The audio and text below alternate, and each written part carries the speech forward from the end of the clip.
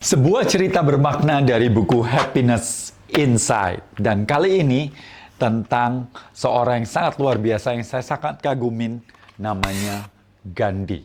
Suatu hari, Gandhi itu didatengin seorang ibu. Dan ibu itu membawa anaknya yang sedang sakit. Dan dia berkata pada Gandhi, "Gandhi, anakku ini sedang sakit. Dia itu kata dokter tidak boleh makan garam. Tapi tetap dia makan garam. Saya udah menasihatin berbagai cara. Tapi dia tetap makan garam. Tolong dong nasihatin anak ini supaya tidak makan garam." Dan kemudian dengan lirih Gandhi berkata, "Bu, saya tidak bisa menasihatin anak ibu sekarang. Ibu pulang, minggu depan datang ke sini. Nanti saya akan menasihatin anak ibu untuk tidak makan garam." Loh, anaknya itu di depan kamu, Gandhi. Sekarang dinasehatin, kenapa mesti nunggu minggu depan? Kan nanti lebih parah penyakitnya. Tidak bisa, Ibu. Saya baru bisa menasehatin paling tidak minggu depan. Bawa ke sini lagi. Ibu itu pulang dengan kecewa sampai di rumah. Anaknya ternyata semakin sakit, semakin sakit. Dan kemudian 1 minggu dia datang lagi ke Gandhi, dia langsung meminta Gandhi, "Gandhi, ini udah 1 minggu, penyakitnya lebih parah. Tolong dong nasehatin sekarang." Dan kemudian Gandhi menunduk dan kemudian menasehatinya dengan sangat-sangat ramah, sangat-sangat lembut. "Nak, kamu jangan makan garam. Kamu perlu untuk menjaga kesehatan kamu, mencintai tubuhmu.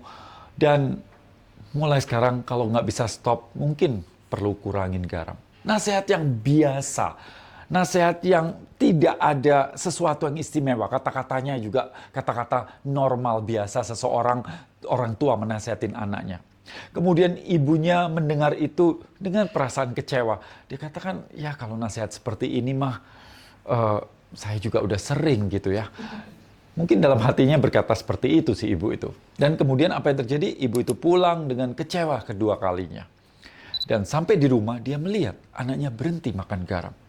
Kemudian mungkin ibunya berpikir bahwa mungkin ini cuma 1 atau 2 hari. Ternyata anak itu berhenti makan garam 1 bulan, 2 bulan, dan kesehatannya meningkat.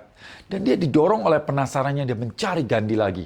Dia tanya, "Gandhi, kamu pakai jimat apa? Pakai mantra apa? Kok bisa? Saya tuh nasehatinnya itu udah berkali-kali, udah pakai pentungan, udah marah, udah lembut, udah macam-macam. Tapi anak itu tetap makan garam. Sementara kamu cuma berkata seperti itu aja, tapi anak itu kemudian berhenti makan garam.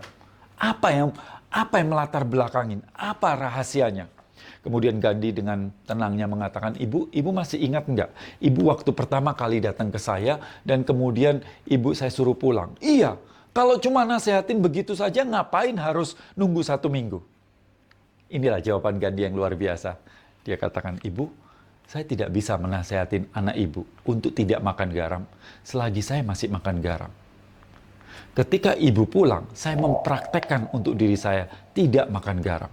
Setelah saya berhasil mempraktekkan pada diri saya untuk tidak makan garam, baru kemudian saya bisa berbicara pada anak ibu untuk tidak makan garam." So, apa yang kita bisa pelajari di sini adalah kemampuan walk the talk dari seorang yang bernama Gandhi. Gandhi berkata dengan lembut, berkata dengan santai, mungkin kata-kata yang biasa, tapi energi di balik kata-kata yang sudah dipraktekkan tentu berbeda daripada hanya cuma bicara saja.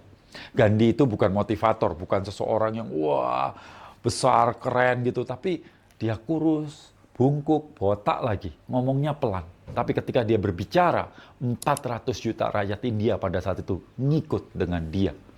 Itulah kemampuan dari Gandhi, yang dimana apa yang dikatakan Gandhi itu, selalu diucapkan Gandhi, itu mempunyai dasar bahwa dia sudah mempraktekkan apa yang sudah dikatakan. So, sekali lagi, bahwa yang paling penting itu bukan hanya kata saja, tapi praktek, atau dalam bahasa singkatnya adalah action always speak louder than word. Tindakan itu selalu berbicara lebih keras daripada kata-kata. So, itulah sekilas dari cerita yang ada di buku Happiness Inside. Untuk mendapatkan buku ini, Anda bisa baca caption atau klik link yang ada di bawah ini. Salam bahagia dari saya, Gobin Fasdev.